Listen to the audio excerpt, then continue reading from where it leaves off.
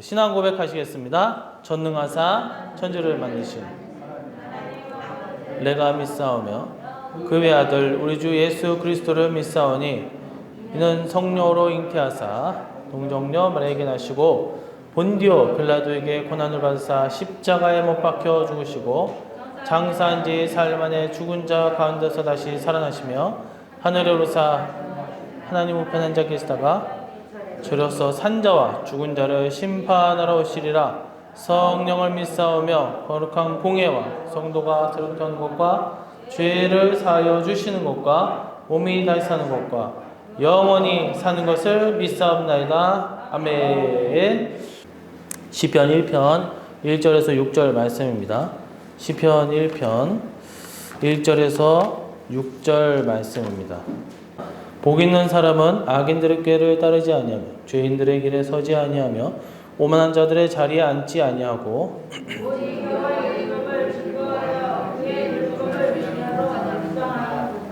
그는 시냇가에 심은 나무가 철을 따라 열매를 맺으며 그 잎사귀가 마르지 아니함 같으니 그가 하는 모든 일이 다 형통하리로다.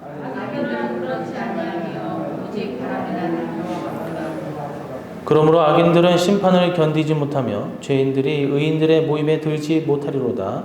무릇 의인들의 길은 여호와께서 인정하시나 악인들의 길은 망하리로다.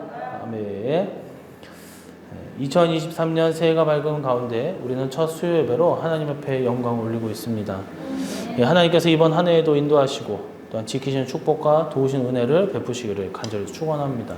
그래서 오늘도 하나님의 말씀을 증거할 때에 큰 은혜와 충만함이 있기를 간절히 소망합니다. 시편 1편 1절에서 6절 말씀을 중심으로 의인의 삶의 모습이라는 제목으로 하나님의 말씀을 전하고자 합니다. 이 시편은 말 그대로 시라고 할 수 있고 또 노래 가사이기도 합니다. 시나 노래는 이 삶의 이제 함축적이고 응축적인 고백이 담겨져 있죠. 그래서 시편은 이스라엘 백성들, 하나님의 백성들, 그리고 거룩한 삶을 사는 사람들이 자기의 신앙과 삶을 이제 노래로 하나님 앞에 표현하고 영광 올린다라고 할 수가 있겠죠. 오늘 우리가 읽은 시편 1편은 시편의 첫 출발, 대문이다, 문이다라고 입구다라고 생각할 수가 있죠. 그래서 하나님의 백성들이 이 하나님과 함께하며 하나님의 도우심 그리고 하나님의 그 인도하심을 받으며 살 때에 그들이 어떠한 삶을 살았는지 또한 그들의 삶의 결과로 인하여 또한 과정을 통해서 고백해 놓은 시편의 출입구가 바로 오늘 말씀이다라는 것입니다. 그래서 오늘 말씀에서 시인은 의인의 축복된 모습을 묘사하고 있는데 그렇다면 의인의 모습은 무엇일까? 의인은 무엇을 하지 않고 또 무엇을 해야 되고 또 어떠한 삶을 사는지 명시하고 있는데 우리가 본문을 우리가 자세히 살펴보면서 의인의 삶의 모습을 볼 때에 우리의 삶을 되기를 주님의 이름으로 간절히 축원해 드립니다. 자, 첫 번째로 의인의 삶의 모습이 무엇인가 보니까 죄인의 길에 서지 않는다라고 했습니다. 그래서 1절에 보니까 복 있는 사람은 악인들의 꾀를 따르지 아니하며 죄인들의 길에 서지 아니하며 오만한 자들의 자리에 앉지 아니한다라고 하였습니다. 첫 번째로 의인은 죄인의 길에 서지 않는다라고 했어요. 그래서 의로운 사람들은 당연히 악한 자들, 또 악을 행하는 자들, 죄를 범하는 자들은 당연히 같이 있지 않는다는 거예요. 그래서 오늘 본문을 보면 복 있는 자들, 의인들은 악인들의 꾀, 다시 말해서 악인들이 생각하는 것, 악인들의 마음에 품고 있는 것, 또 행동을 하는 것, 언어, 행동들 여러 가지 거기에 같이 어떤 가치를 두거나 잣대를 두거나 또 같이 행동하거나 같이 참석하지 않는다는 거예요. 같이 모의하지 않는다는 거예요.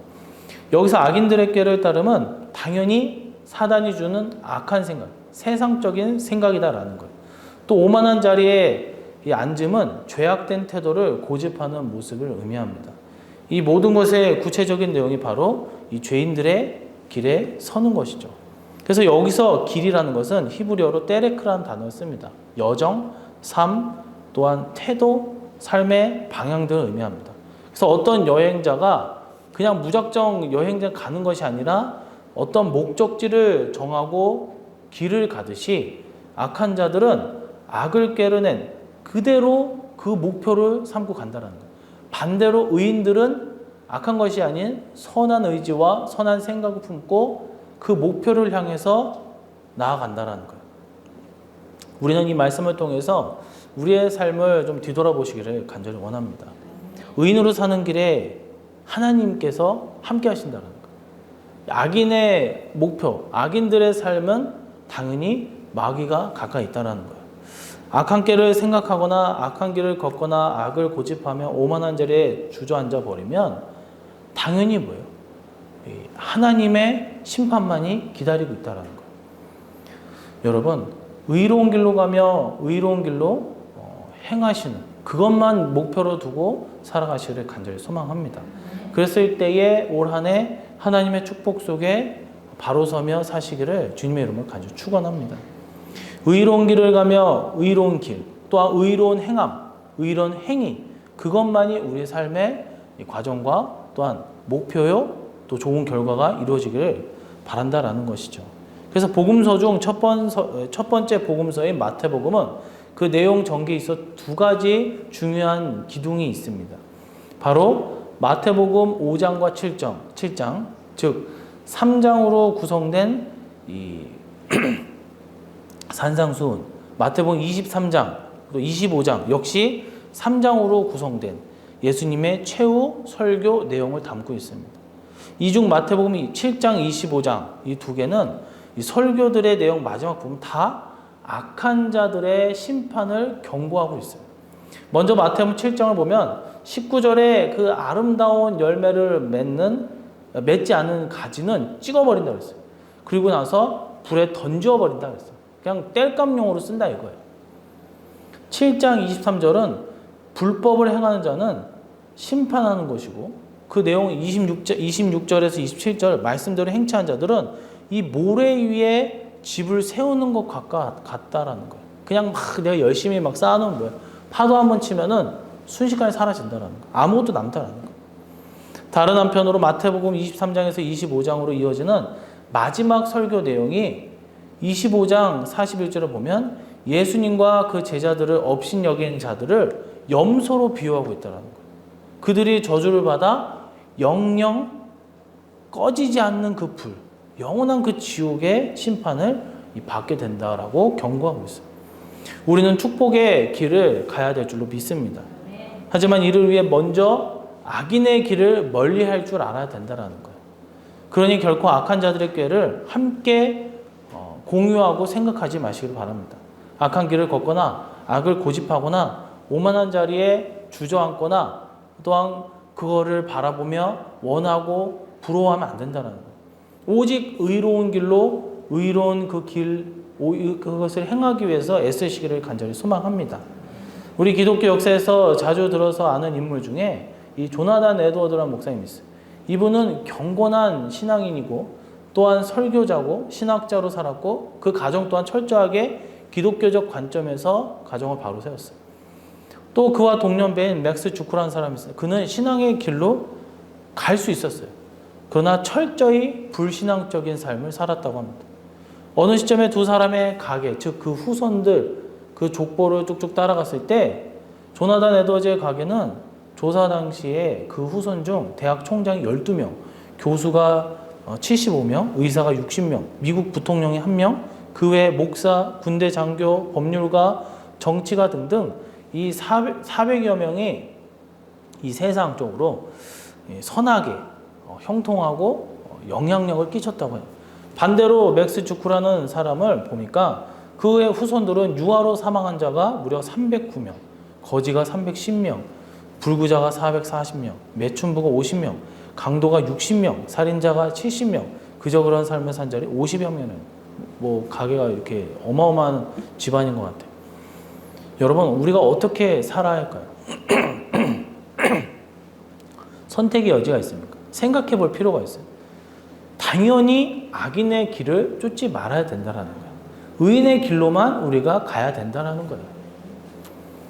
올 한 해 의로운 선택을 하고 악한 길을 멀리함으로써 하나님께서 진정 원하시는 또한 하나님께서 베풀어 주시는 그 축복된 삶을 넌 축복된 열매가 가득 맺히기를 주님의 이름으로 간절히 축원합니다.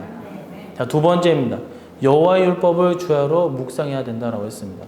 2절에 보니까 오직 여호와의 율법을 즐거워하여 그의 율법을 주야로 묵상하는 도다라고 했습니다. 의인의 삶의 모습 첫 번째는 죄인의 길에 서지 않는다 했어요. 이는 악한 길을 행하지 않는다는 거예요. 두 번째로는 여호와의 율법을 주야로 묵상해야 된다고 했어요. 이는 말씀을 항상 가까이 하는 것을 의미합니다. 한자성에서도 이제 주경야독이라는 말이 있잖아요. 그래서 구분 없이 항상 낮이나 밤이나 새벽이나 말씀을 끌어안고 살아야 된다는 거예요. 의인들, 성도들의 삶은 딱 정해져 있습니다. 바로 악을 멀리하고 죄인들의 행실을 따르지 않고 의로운 길로만 가는 거예요. 그러면 중요한 게 있어요. 어떻게 내가 의로운 길을 갈 수 있는가? 내 스스로는 할 수 없다라는 거예요. 내 생각으로만 할 수 없다라는 거예요. 어디서 교훈을 배워서 윤리관을 쌓아서 뭐 일시적으로 할 수 있겠지만 그는 분명한 건 뭐예요? 세상적인 가르침이라는 거예요. 세상적인 법을 피해가고 세상에서 알려주는 의로움이라는 거예요. 하지만 하나님께서 알려주시는 의로움은 뭐냐? 바로 죄를 멀리하는데 죄를 멀리할 수 있게 하는 방법, 그 핵심 방법은 바로 율법을 우리가 담고 살아야 된다는 거예요. 율법을 주야로 묵상해야 된다는 거예요. 즐거워야 된다는 거예요. 그러니까 두 가지예요. 우리가 율법에 대해서 멀리하고 아우 모르겠다.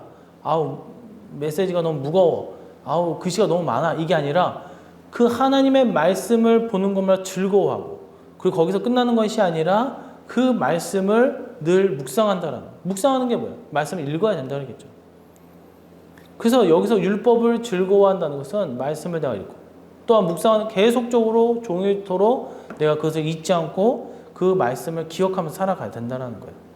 우리는 말씀을 사랑하고 가까이 하며 그 말씀을 주야로 밤낮으로 매 순간 묵상해야 될 줄로 믿습니다. 그래야 비로소 거기에 나오는 선한 에너지, 거기에서 나오는 이 진정한 새 힘으로 의로운 길로 갈 수 있다는 거예요.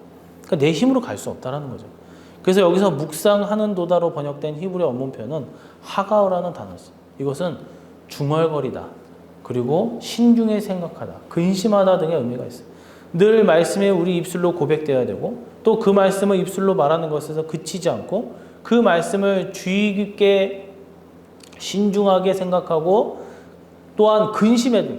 아니, 말씀 갖고 근심하는 게 아니라 이게 말씀을 들어오니까 그전에는 내가 죄로 인식하지 않았는데 그전에는 내가 별로 그렇게 대단하게 생각하지 않는데 이것을 끊어야 된다는 것이 내가 근심이 된다는 거예요. 근심이 된다는 건 뭐예요?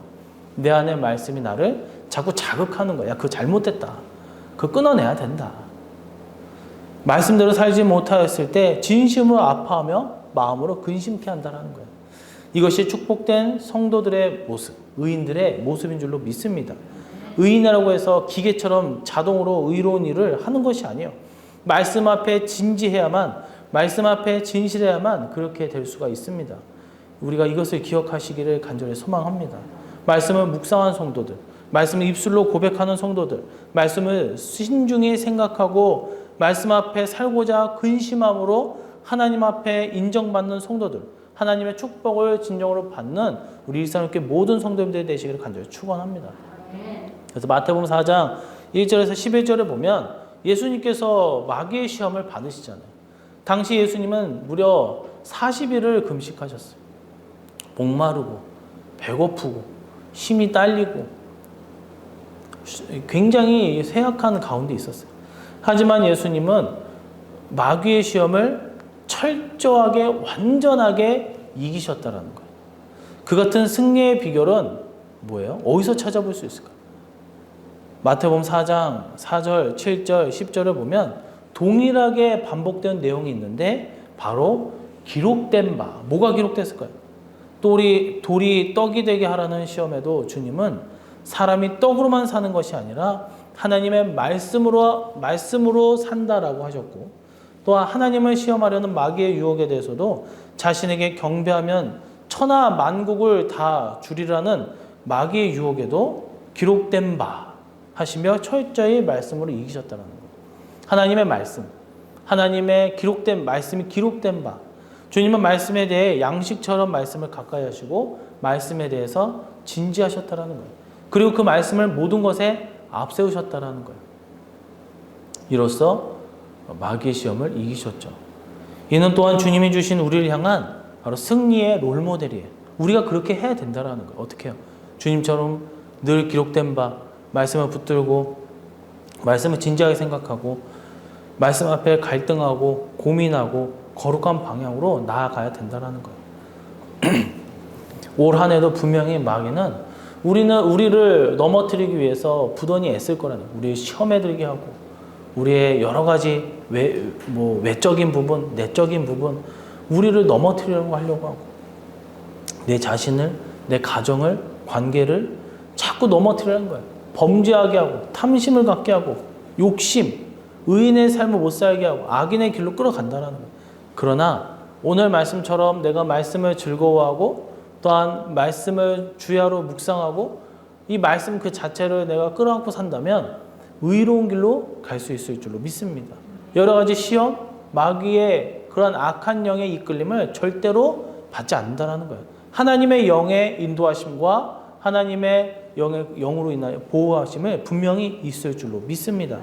그랬을 때 여러분 모두가 그와 같은 복된 삶, 또한 말씀으로 승리하고 축복을 받는 한 해가 되기를 간절히 축원합니다. 21세기는 물질, 즉 이 돈이나 에너지의 가치보다 정보가 더 중요한 가치를 갖는 시대예요. 누가 어떤 정보를 더 갖고 있느냐. 그래서 보면 막 기업과 기업, 국가에서 국가에 보면 막 산업 스파이가 있잖아요.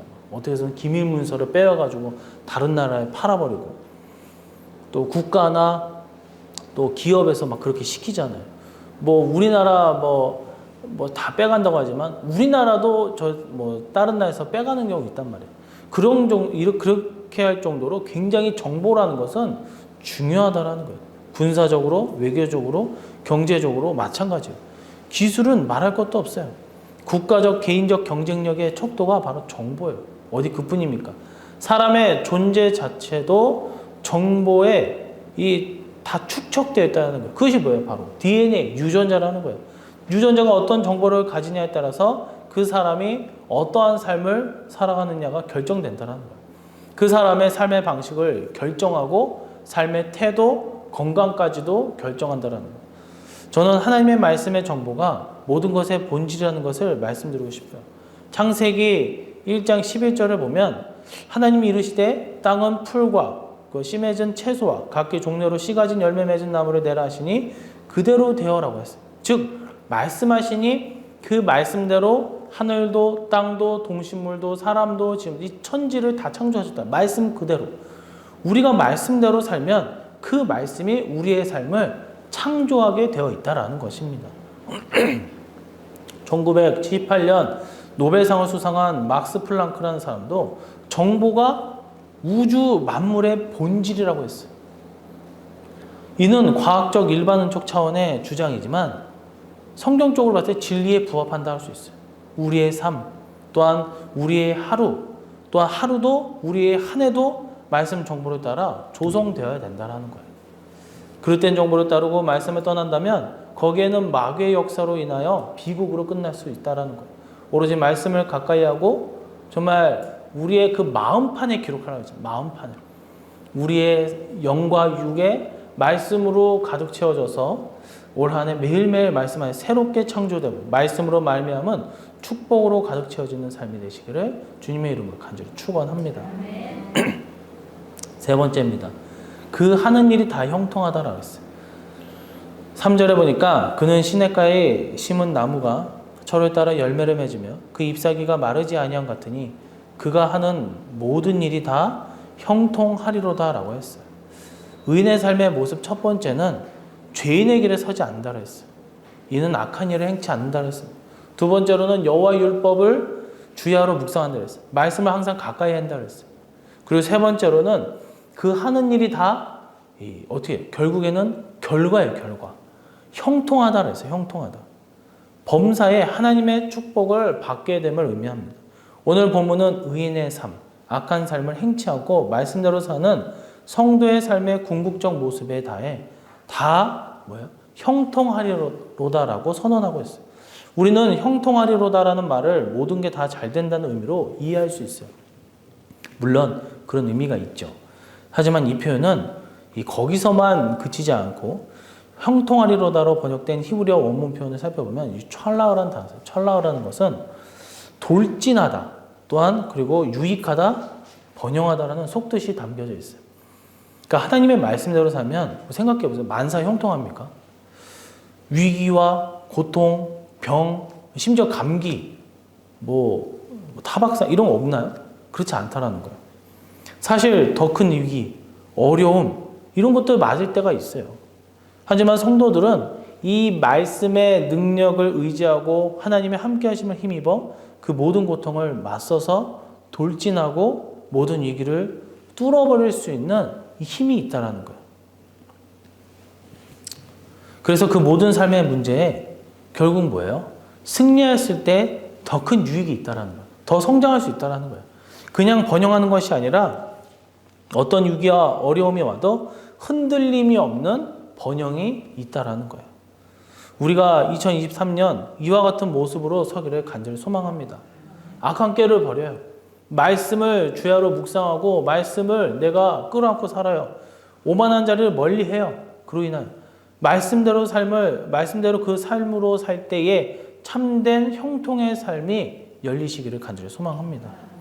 사도행전 28장 31절에 보면 하나님의 나라를 전파하며 주 예수 그리스도에 관한 모든 것을 담대하게 거침없이 가르치더라라고 했어요.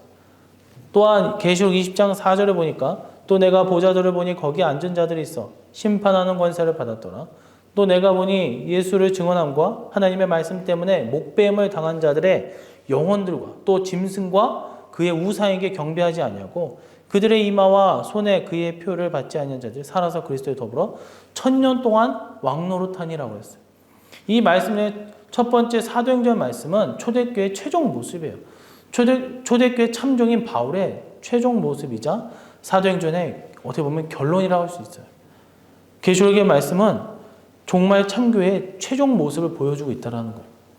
우리가 잘 알듯 초대교회는 예수님이 주신 이 전도 명령을 붙들고 예루살렘과 온 유다와 사마리아 땅끝, 기록은 안 돼 있지만 막 한국 저 끝까지, 막 미국 건너편까지 막 쭉쭉쭉 나간다는 쭉쭉쭉.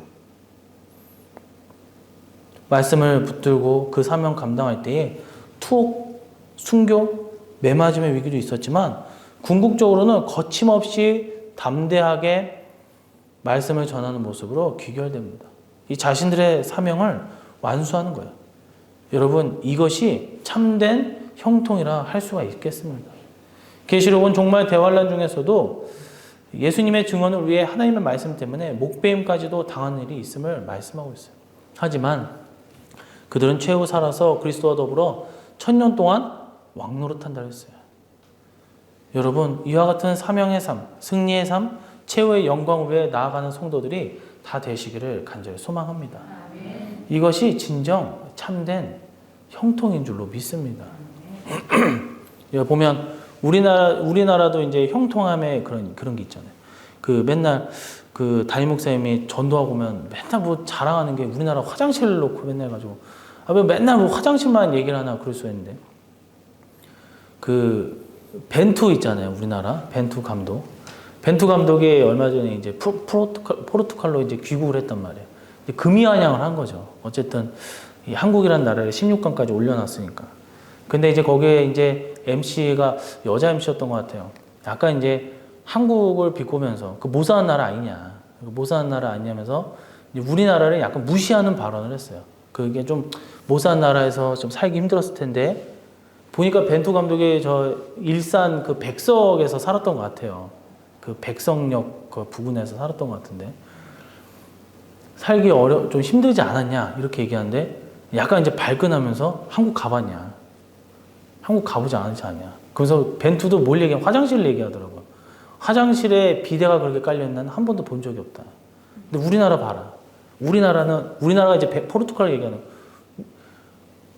유럽은 우리나라는 이제 교회도 이제 바꿨지만 자동문이야. 띡 해가지고 도어락에 띡띡띡 눌러서 띡 하잖아요. 아니면 요즘엔 지문으로 하고. 근데 유럽은 이만한 열쇠를 갖고 다녀요. 수도원 열쇠 있죠. 아시죠? 그러면은 덩덩 해가지고 이제 안 돼. 덩덩 해가지고 문을 열어요. 그 열쇠에 꾸러미를 이렇게 달고 다닌단 말이에요. 아직도 그런 나라예요. 한국이 좋다라고 생각하는, 그러니까 한국이 어딘지도 모르고 또 한국이 잘 산지도 잘 몰라요. 그래서 외국 사람들이 한국만 오면 눈이 휘둥그레져가지고 귀국하기 싫어하잖아요. 그런 것처럼 이 한국이라는 나라는 정말 너무나도 축복이 넘치는 그런 나라가 아닌가 생각되어집니다. 막 국가를 무너뜨려 하고 그런 사람들은 다 잡아서 그냥 심판해야 되는데, 막 북한이 좋다고 그러고, 그럼 북한 가야죠. 그러면 북한 다 보내버렸으면 좋겠어요. 그 세계에서 가장 가난한 나라 뭐 해가지고 부룬돈인가 뭐 그런 나라가 있어요. 불쌍해요. 하루에 한 달에 3달러인가를 벌어요. 한 달에.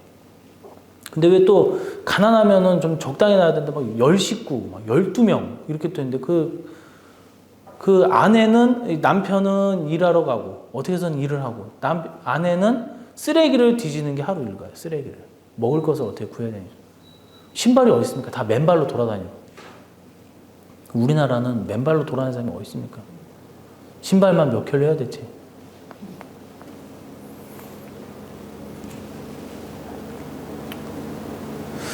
대한민국은 이렇게 축복이 넘치는 삶을 살아가고 있습니다. 이런 형통함의 역사 가운데 하나님 앞에 우리가 물론 기도에 더 형통해달라고 기도도 해야 되겠지만 감사하는 그런 신앙적인 삶도 살아야 되지 않을까 생각되어집니다. 그러면 진정으로 형통이 무엇인가? 이 땅의 형통도 중요하죠. 무병장수하고 물질적으로도 그렇고 부족한 거 채워주시고, 하지만 진정한 형통은 바로 저 천국입니다. 그래서 찬송가 중에서도 하늘 가는 밝은 길이라는 찬양이 있어요. 하늘 가는 밝은 길 내 앞에 있어요. 슬픈 일을 많이 보고 늘 고생하여도 하늘 영광 밝음이 어두운 그늘 해치니 예수님 공로 의지하여 항상 빛을 보도다라고 하였습니다. 천국 소망을 가지고 의로운 길을 갈 때에 슬픈 일도 있고 볼 수도 있고 고생도 할 수 있어요. 하지만 우리는 뭐예요? 또 여러분은 인내해야 돼요. 참아야 돼요. 왜요? 바로 하늘의 영광을 봐야 돼요. 그 영광을 보니까 어두운 그늘을 물리친다라고 했어요. 예수님의 능력을 의지하고 예수님의 은혜를 의지하고 어려움, 고난, 그것을 견뎌내야 될 줄로 믿습니다. 그러면 항상 하나님께서 빛을 주시고 우리로 형통하게 하신다라는 거예요. 때로는 우리가 삶을 살아갈 때 어려울 수 있어요. 핍박받을 수 있어요. 억울할 수 있어요. 하지만 우리는 어떻게 될까? 세상 사람들처럼 똑같이 하는 것이 아니라 하늘의 영광 때문에 예수님의 그런 공로, 예수님의 그 십자가를 생각하면서 인내하면서 그것을 바라보는 것이 아니라 하늘의 영광을 보고 우리가 인내하며 넘어가며 그것이 결국 승리하며 하나님의 축복, 하나님께서 보상해 줄 줄로 믿습니다. 말씀을 맺도록 하겠습니다. 올 한 해 새롭게 시작하면서 의인으로서 살기를 결단하기를 간절히 소망합니다. 의인의 삶은 무엇인가? 결국 죄인의 길에 서지 않는 거예요. 의인은 악한 이들의 행치 않은 거예요. 요즘에 그 보면 뉴스나 이제 막 그 유튜브 이런 데 보면 막 그 보복 운전에 대해서 나오잖아요. 보복 운전. 그러면 다 보면 거기에 나온 사람들 보면 그 다 분노 조절 장애자들밖에 없어요. 막 낯들고 다니고 골프채가 뭐예요? 막 전기 충격기 갖고 다니고. 근데 웃긴 게 뭐냐면 나보다 덩치가 더 있고 뭐 나보다 좀 무서운 것 같으면 다 깨갱이에요. 처음부터 막 욕하다가 그 사람 딱 나오면 도망가요. 한 번은 또 보니까 일반 경찰이 어떻게 하다가 이제 가고 있는데 순찰차가 아니라 자기 차를 가고 있어요. 근데 옷은 이제 경찰복 입고 있었단 말이에요. 자기가 잘못했어요. 뒤에 있는 보복운전차가 잘못했는데 와가지고 창문 열어! 그러면서 막 욕하고 막 그러는 거예요. 그러다가 딱 보니까 경찰복이 있잖아요. 아, 죄송합니다. 죄송합니다. 가는. 결국은 뭐예요? 진짜 그 분노 조절 장애는 한 명도 없다라는 거예요. 다 지 승질에 못 이겨서 그 악한 거에 막 악에 받쳐가지고 거기에 다 빠지는 거예요. 우리는 그런 악한 행동을 따라가지를 마시길 간절히 소망합니다. 한 가지 예를 들을 뿐이에요. 얼마나 많겠습니까? 그러기 위해서는 여호와의 율법을 주야로 묵상해야 된다고 했어요. 의인은 말씀을 항상 가까이 해야 된다고 했어요. 이것을 가까이일 때에 비로소 내가 선악을 구별하고 의로운 자가 될 수 있고 의로운 길을 갈 수 있다라는 거예요. 그리고 세 번째로 그렇게 됐을 때 모든 일이 다 형통할 줄로 믿습니다. 하나님의 축복을 받아 최후 승리자가 된다라는 거예요. 여러분 모두의 삶이 올 한 해 하나님만이 주실 수 있는 그 축복을 받으시고 누리시기를 간절히 소망합니다. 의로운 자의 축복, 하나님께 인정받는 의인의 삶을 사시기를 주님의 이름으로 간절히 축원하며 우리 다 같이 기도하도록 하겠습니다. 오늘은 한 해를 맞아 의인의 삶의 모습이라는 주제로 말씀을 선포하였습니다.